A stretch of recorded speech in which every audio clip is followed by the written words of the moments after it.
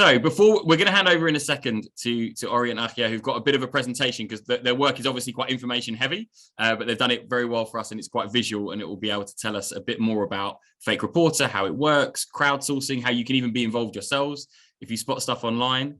But before we get to the organization and the really important work, I just thought I'd hand over to them to give us a bit more background on who they are and what motivates them to be involved in this work. And also just to say, obviously, they're both joining us from Tel Aviv.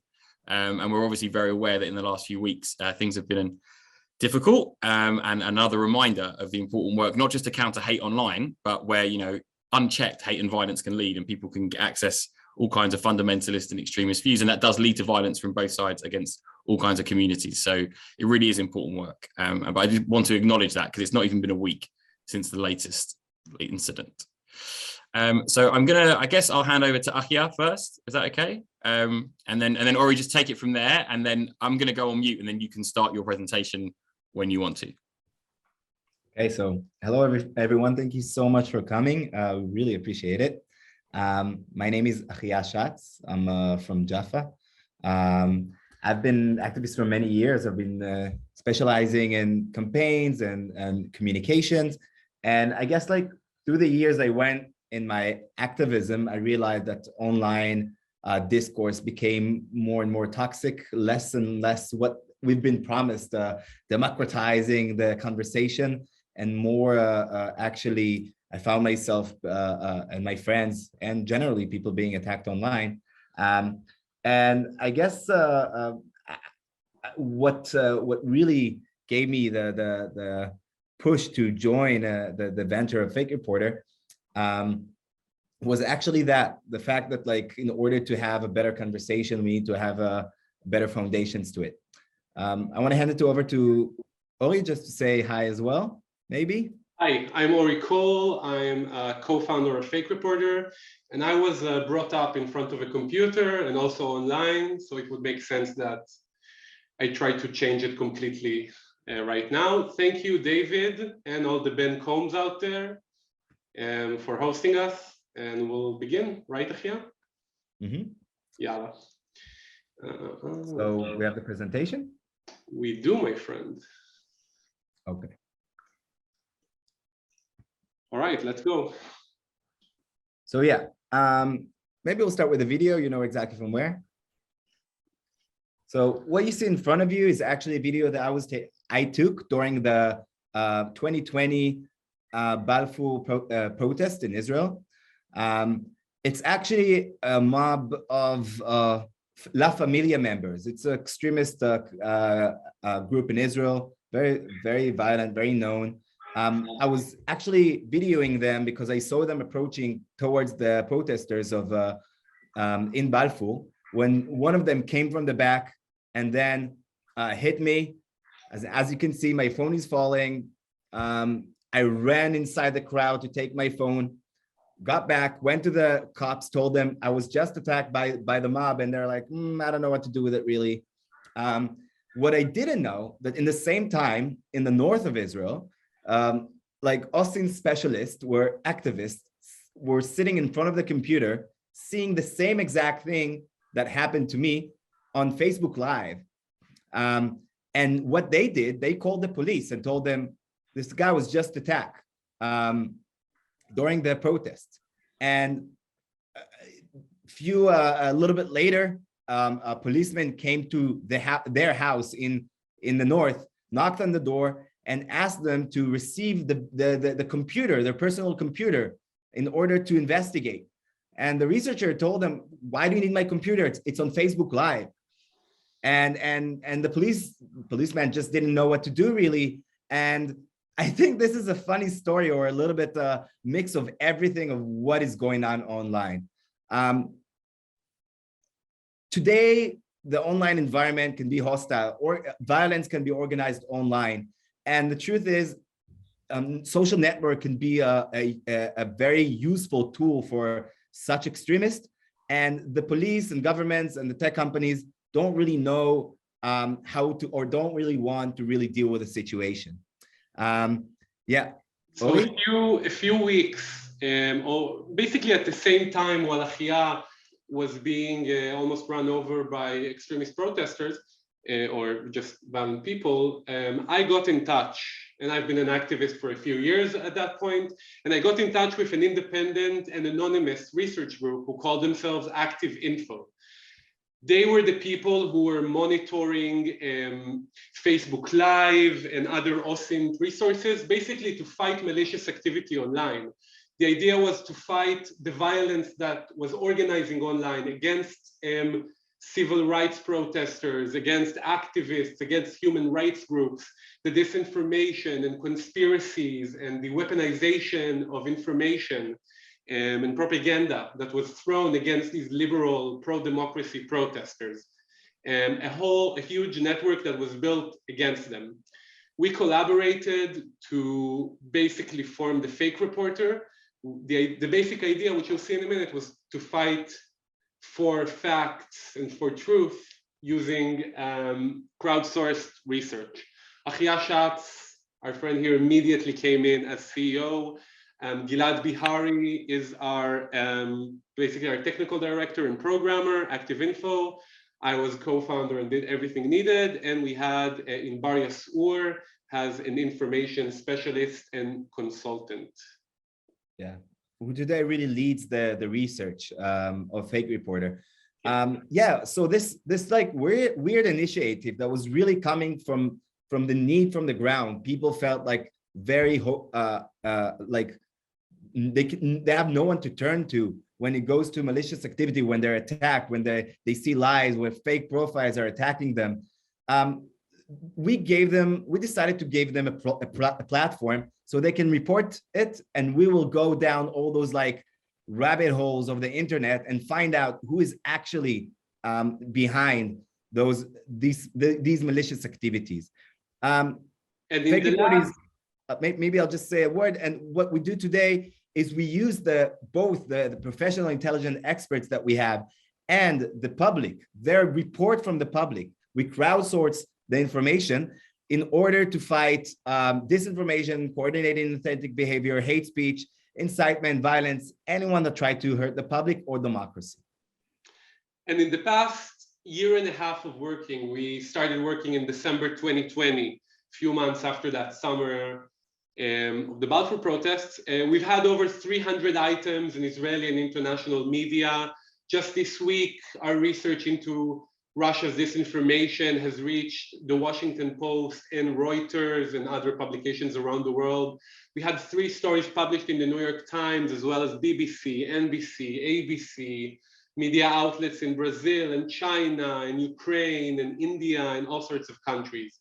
We've built very good relationships with members of Knesset and ministers, with decision makers and civil servants. We've worked with the police and other security forces in Israel on immediate life-saving operations in real time. And our crowdsourced platform on fakereporter.net has had thousands of people report to it and thousands of reports basically on any fake profile or other malicious activity that people have seen. And you can see here, it's so much work. It's a lot more work than we ever intended that we ever thought we'd have to deal with. We never thought we'd have to take down Iranian spies or, you know, mob lynches of organizing online. But we had to do because the problem was so bigger than we ever thought it has been or it is. And we live in a very digital world, right? But the blurring between what's real and what's virtual is a bit artificial, and not many people understand this yet, right?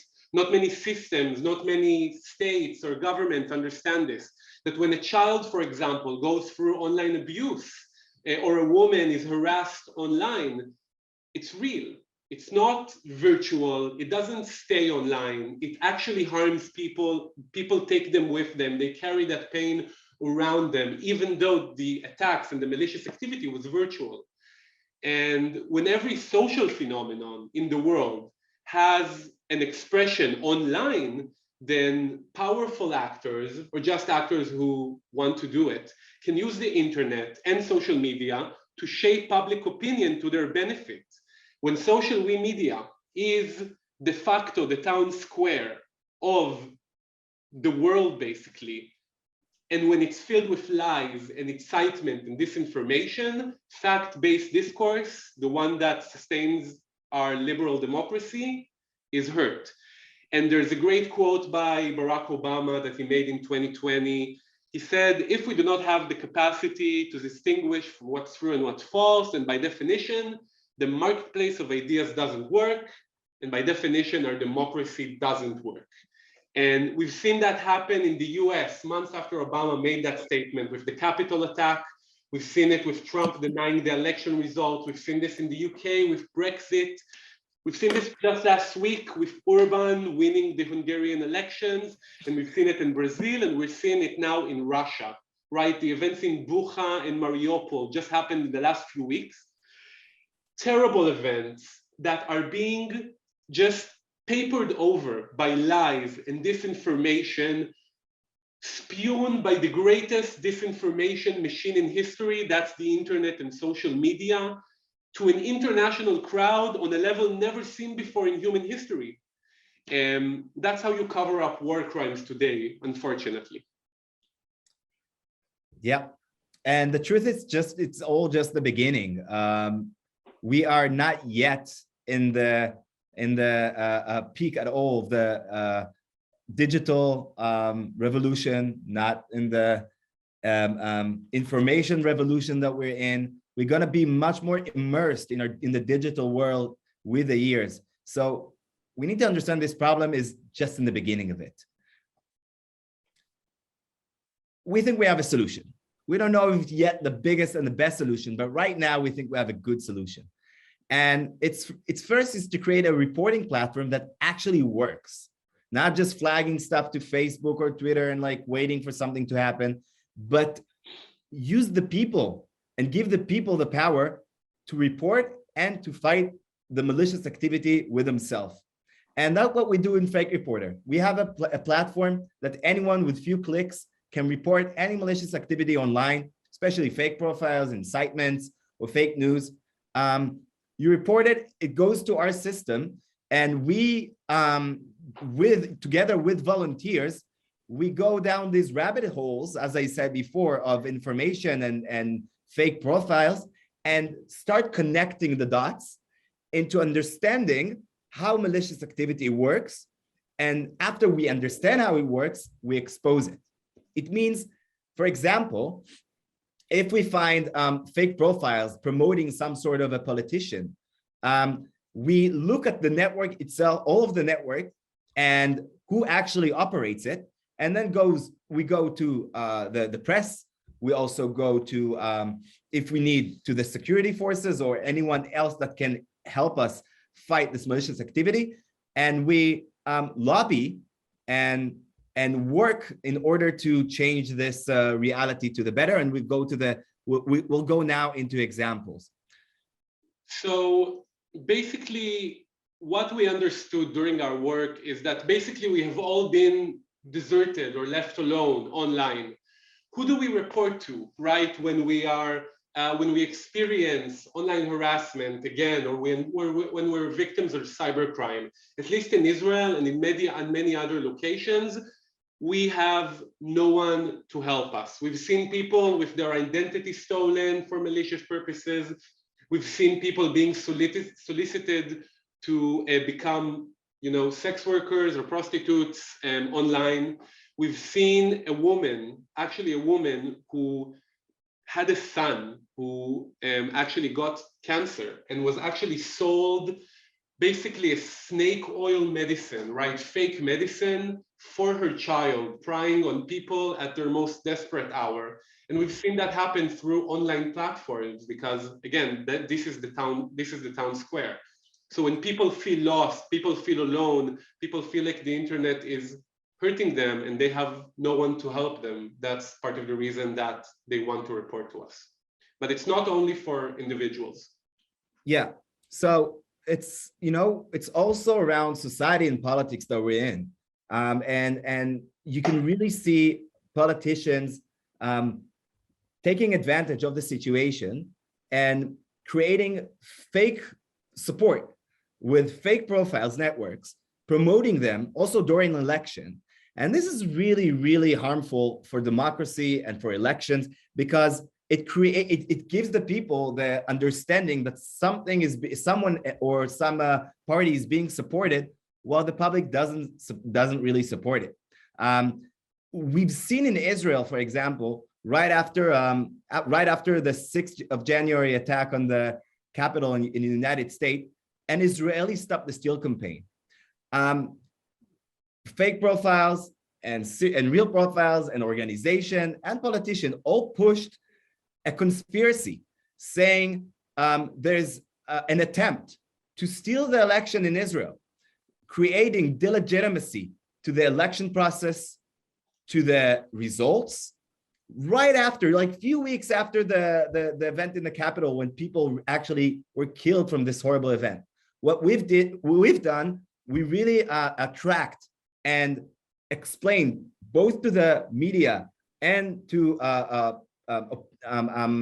stakeholders and opinion shapers exactly how this campaign was going, and we tackled it in time. But we need to understand how easy it is to use these kind of things to change politics.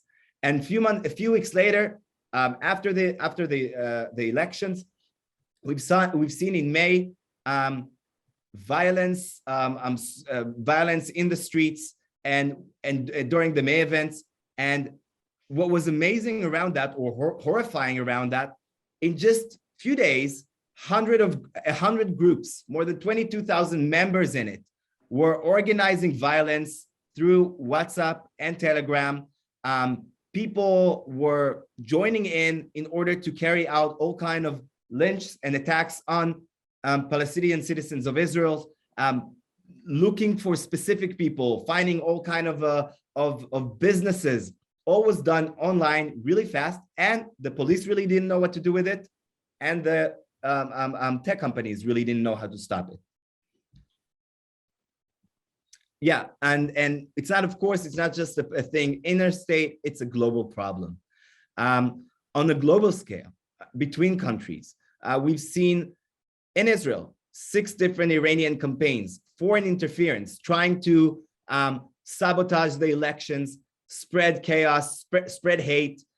You might have seen on BBC the investigative piece we've done of Iranian trying to ride on the events of May in order to organize more attacks, more chaos, more hate. And you definitely have seen what is going on right now around Russia, and how Russia is using online the online platform, the social network, in order to spread disinformation campaigns. They've done it in a coordinated way. They've done it, and they managed to really, really influence the public, influence outlet media all around the world. And we've seen how this problem is really not about just our personal safety or about our politics. It's a problem that has to do with a global fight when dictatorships and authoritative leaders and democracies around the world, because we really care about freedom of speech. We really care about giving the people the opportunity to have conversations online. And when dictatorships see that opportunity to start and fuel the conversation with hate and with lies, what they really try to do is to decrumble the way that democracy works and the way that we interact with one another.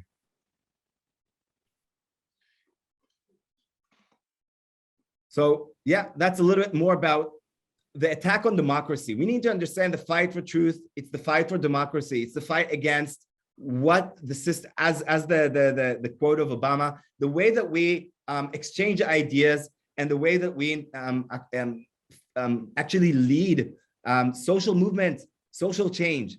And that's why we believe, by the way, that we all should be part of an effort, and we should all have the ability to be part of the change of it. And we want to tell you a bit about the theory and the structural element of how we work. Basically, one of the things we understood during the May escalation, was that we have to work holistically in order to change the rules of the game and tip the scale towards the public interest. Basically, the first thing we understood is that we have to work through grassroots operations. We have to get people to report to us on what they see online from the field, so to speak, through volunteers, through reporters. We understood that not only do they have to report to us, but we have to empower them. And we have to educate them to be better users of the internet, to be citizens in a democratic society that know how to tackle disinformation, especially when it's online, and fight for democratic values, and really get their agency back after they've really been just dumped by everyone, and no one pays attention to what normal people go through. We also understood that we have to work through the mainstream media, that was the best way to get our ideas to the general public, but also that we have to educate the media in a way on how to tackle these digital mysteries, because they are the ones who are moving this to all the people. They are the ones that translate it for us.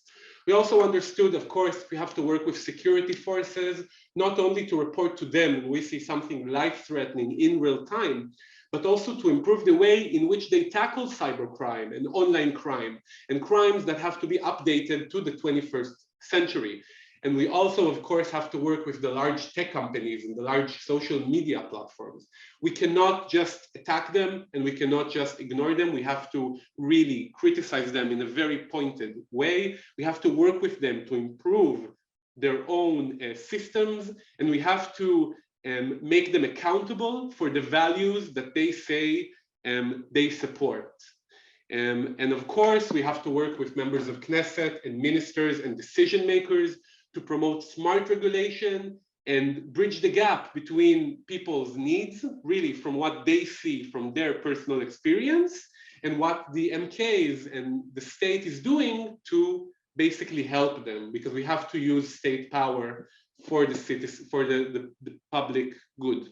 Yeah, in that way, we like the field organization of the internet. We can really represent and bring what is happening to people, to all those different actors in the game. Yeah, so generally, who we work with or who we want to bring the information to is really a broad spectrum of players. As Ori said, we work with politicians, in civic society, with foundation and tech companies and media, organizations, both Jewish and human rights. We work with research because we're trying to look for solutions in the long term, and also give them the opportunity to really analyze what we see and find all kind of insight around it, and institutions that can really change the policy and teach us, also teach us as a more field organization, what can be a better solution to citizens and people on the internet.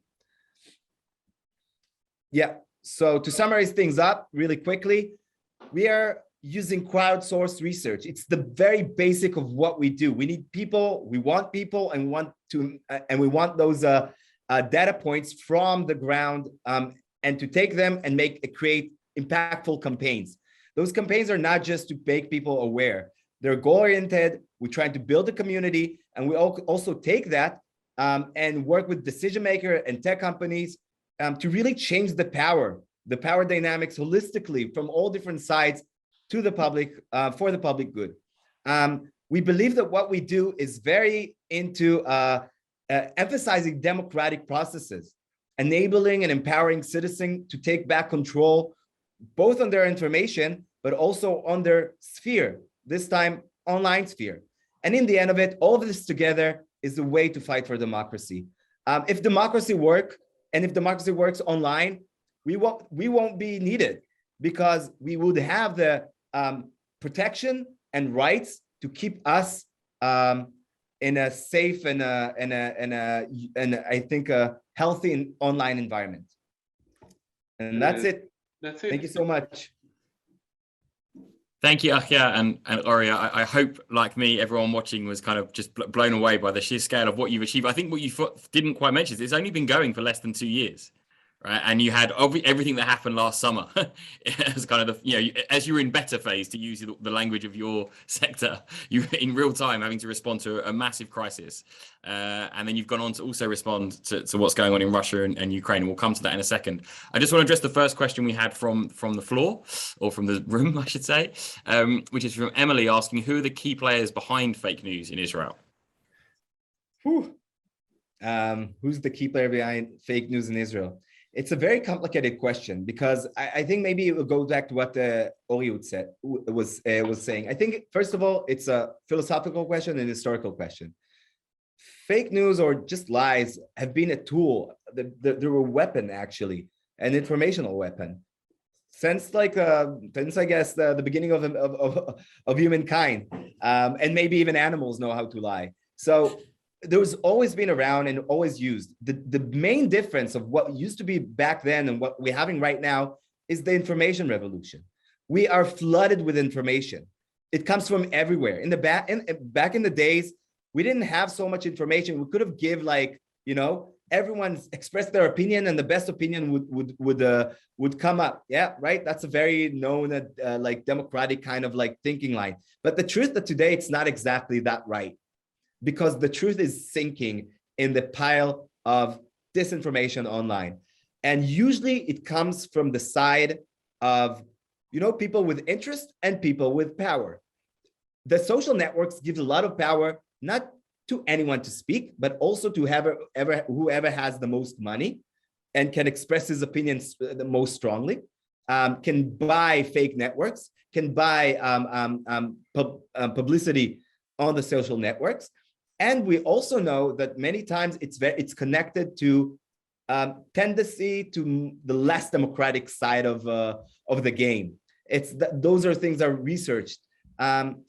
Why? Because I think and it goes back to the question, whoever controls the information, whoever controls the truth, is actually controls in many ways the people and the public, and can shape public opinion. And if you're in real democracy, it's the people have the ability to choose.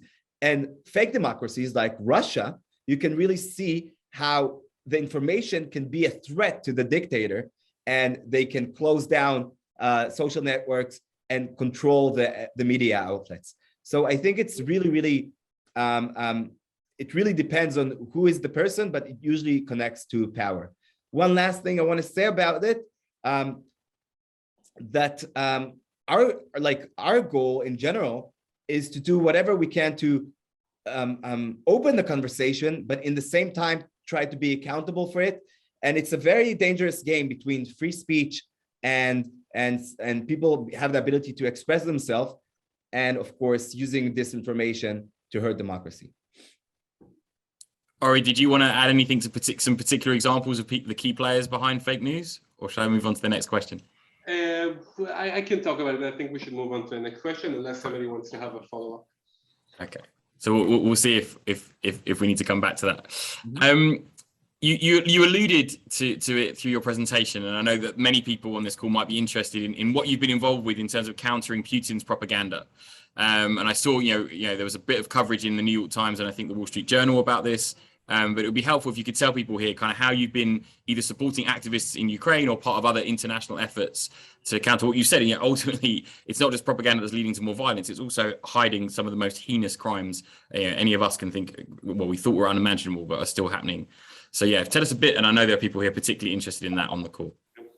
Yeah, I'll think that, yes. So it starts with a very basic idea that we believe that when people have the power to be involved and to report and empowered to fight against malicious activity online, it can be done not just locally in Israel, but anywhere around the world. And when we saw the Ukraine, the invasion to Ukraine beginning, we realized we can stand idle, and we took our little resource that we had and pushed into translating our reporting system to different language, including in Ukrainian and Russian.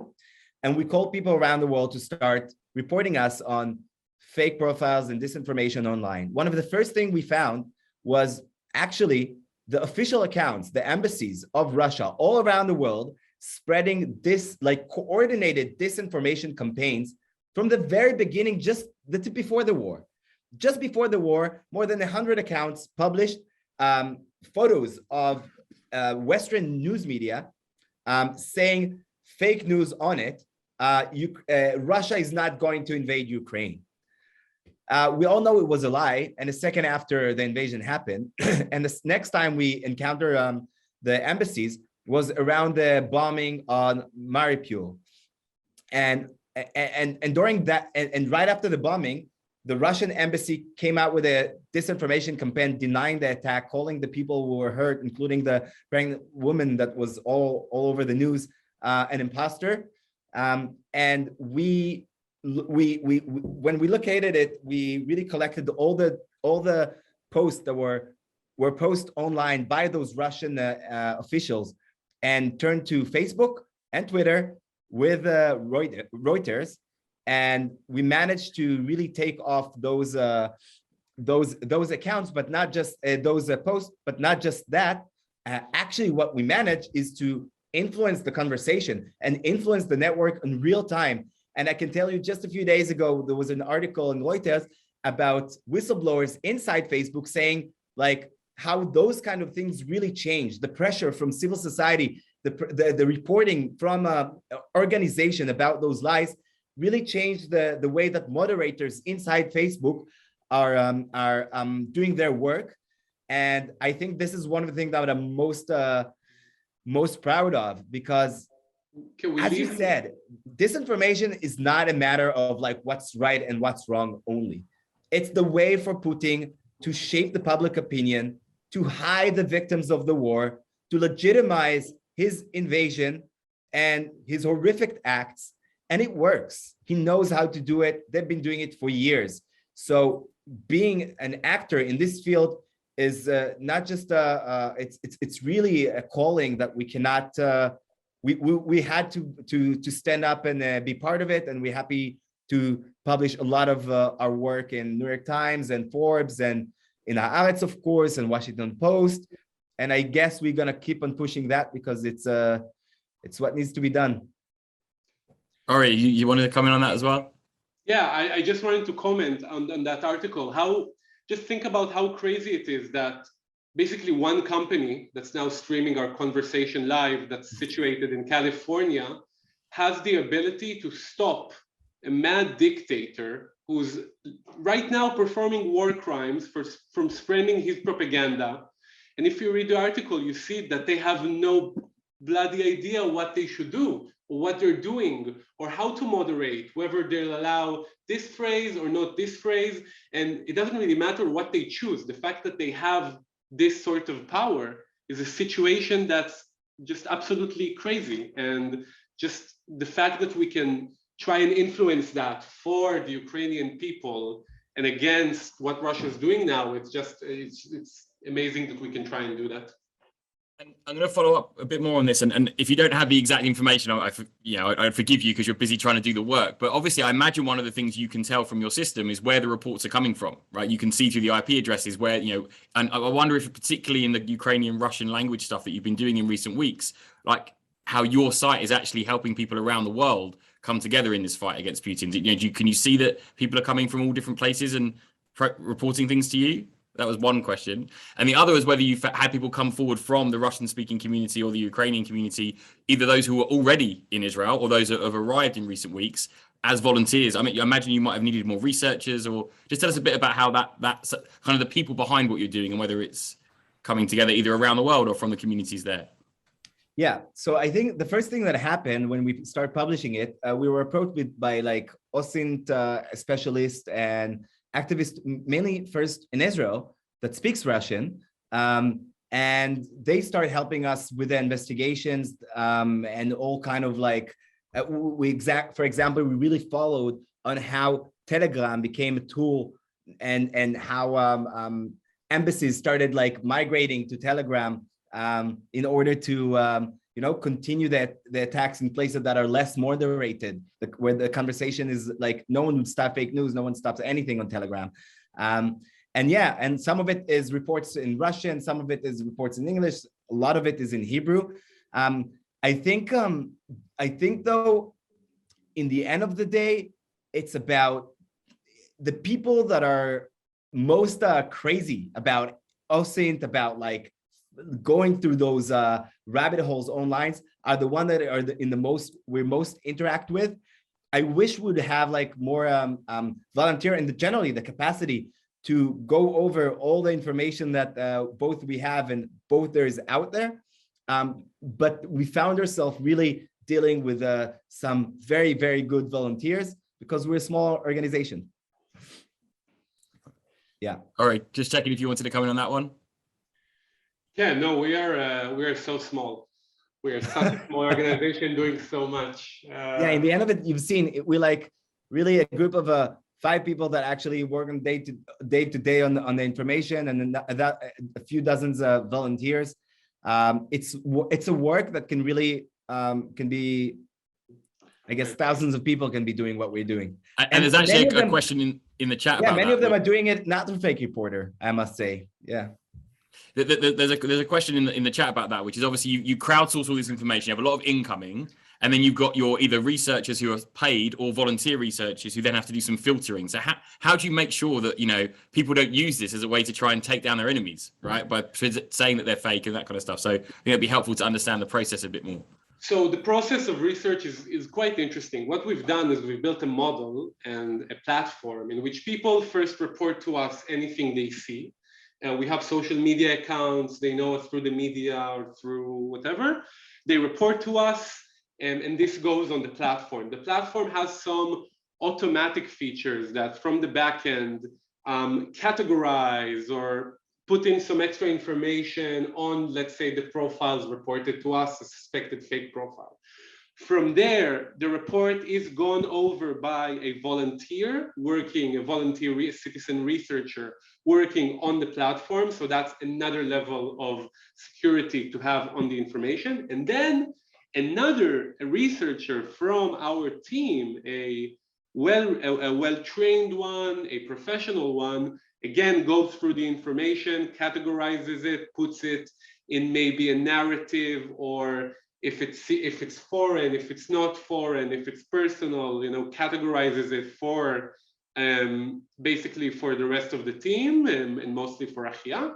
And then we obviously look at it again, do additional research, and then try to wrap it up and put it out, or, you know, if it's a life-saving thing, just go on really quickly, or if it's something else, then something else.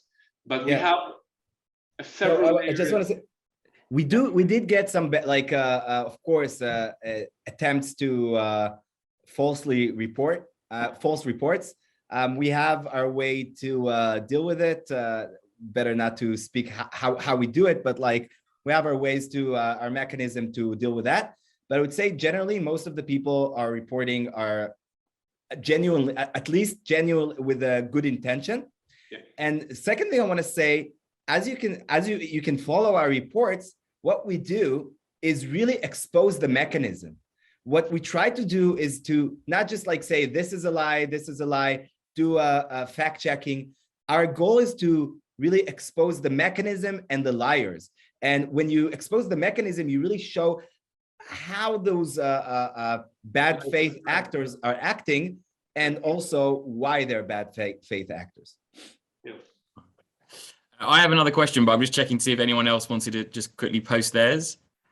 Just give people a moment to think, or you can come off mute and actually ask your question if you wanted to, but just kind of looking to see if that happens for anyone. I'd like to have some examples of what they've actually followed through. They've explained what they're doing. I'd like to take one example from beginning to end to see where it's going, to what they find out. Yeah.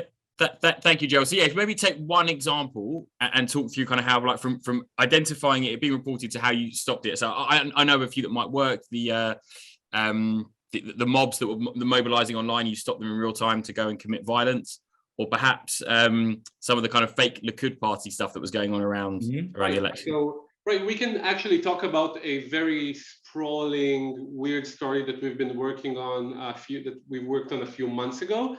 It basically started from something very benign. We found a Likud politician called Oli Levy Abuxis. Basically, we just found like a few dozen profiles who propped her up, but the profiles were pretending to be Israelis, they're pretending to be real, they were actually fake. And we reported it to Facebook. We've had a bit of a struggle with them. They didn't take down everything. And then basically we found another part of the network. Yeah, if you want to maybe elaborate on that. Yeah. So the profiles were all open around the same date. They all had using like pictures that were taken from places around the internet, or a website called This Person Does Not Exist, which manufactures pictures of people who don't exist but look very, very real.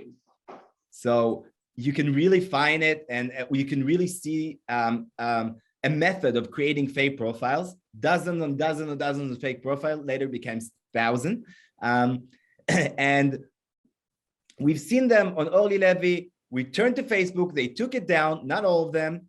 And then a few weeks later, a few months later, we've seen them again. We've got a report about this like this fight in the north of Israel over like turbines. I'm not gonna get into it, but over there again, some company I guess was using fake profiles in order to promote their interest, and and we saw that it's the same profiles that were working to promote Orly Levy Abuxis. And then we start looking a little bit more around them, and we found out that they were not just promoting Orly Levy Abuxis, but another politician from the Likud party, Nir Barkat. And the way they did it was in a way smarter than the way they did it on Orly Levy. They entered more than 3,000 groups in Hebrew on Facebook. More than 3,000 groups. It means almost any like Israeli in Israel, and any Israeli would probably encounter what is in one of these groups if it's in on Facebook. It means that they have a wide influence, I guess, capacity. And they were spreading inside those Facebook groups propaganda, promoting Nir Barkat to be the head of the Likud, but as fake profiles. Yeah, people thought they're real, but they were not. And we found out that they weren't doing it just for him, but also when Chaim Valdal, an author in Israel, was exposed as a sexual offender, and he attacked many children even in Israel. All of a sudden, when the story was exposed, we've seen the same profile start fighting against like slandering victims of him, explaining the public how an amazing person and he was, and you know, denying the acts that he did, all from the same networks of profile: Orly Levy, Nir Barkat, Chaim Valdal, and the Turbine Story. More than 1,000 profiles, more than 3,000 groups, all of them again and again reported to Facebook and never really fully taken care of. What do I want to teach you from that story? One, when you don't take, when fake profiles are becoming influential and there's no price to it, they'll just continue. And more people with power will use them in order to shape public opinion and also, you know, shape politics in Israel, and in a way hurting democracy. But more than that, Facebook didn't really, or Meta didn't really look into what we've told them. In the beginning, we were very, very innocent. We were like, here, hundreds of profiles. Just look on the network, find out with your tools on your platform, the bigger network, where they operate, what they're doing, and take it all off. Now, after 3 rounds of the same profile network, we understand that Facebook is lacking the will and the tools in order to keep the people safe. And as we can see, it goes to really, really dark places.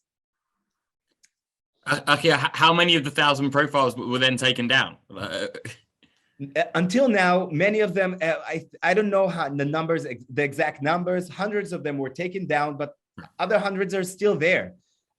This story was actually published also on NBC because the fake profiles were promoting the involvement within the American politics. Nir Barkat was promoting a law against reopening of the American consulate for the use of Palestinian in East Jerusalem.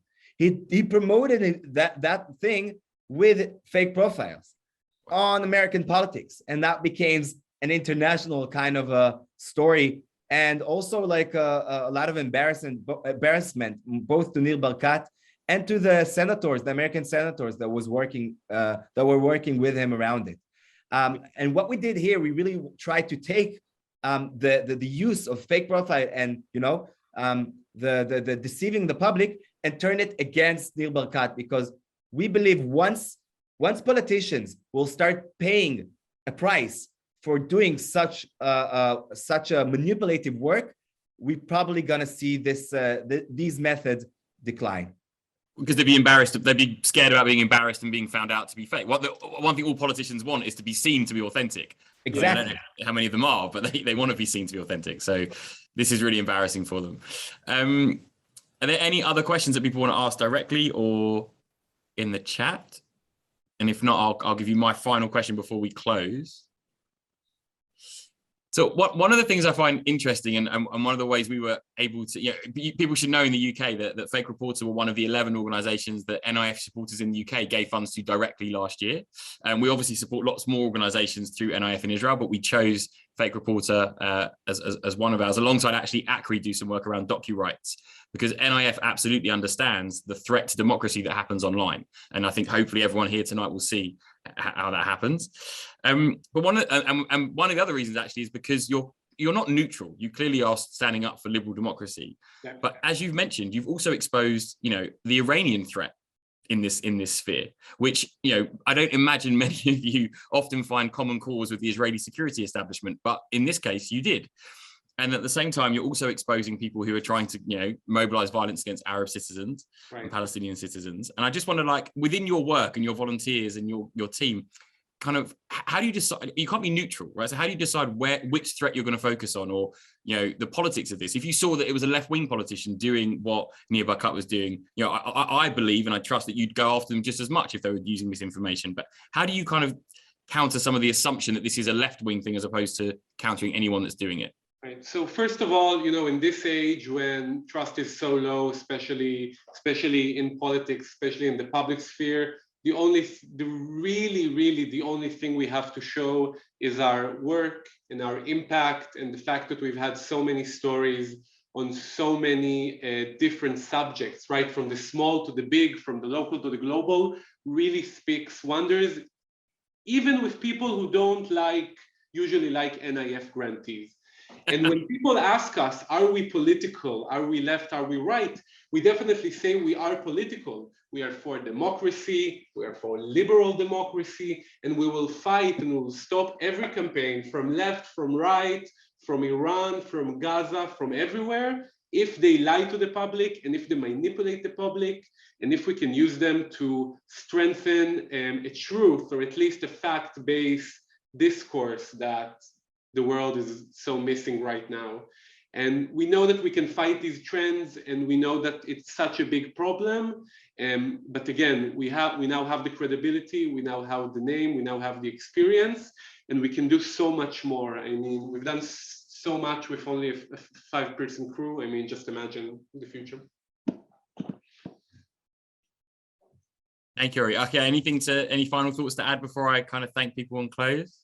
Yeah, I think it's a good thing to close with what you just said and what Ori just said. Yeah, definitely. Both of us, we come from what we can say the liberal camp in Israel. Also the broader team of Fake Reporter in a sense. But the more we work, the more we do our work professional, the more we I think drift away from the standard thoughts of politics as right and left, because it's really it's such a big problem. It's a global problem. It's definitely a democratic problem. It's definitely like a liberal problem. And I think that on that sense, I'm very thankful to NIF for recognizing that like a truth or like a fact-based conversation is something that is so crucial for democracy. And And when we exposed a few weeks ago a campaign that was promoting Ofer Eini, supposedly a left-wing guy, to the head of the Histadrut, the worker union in Israel.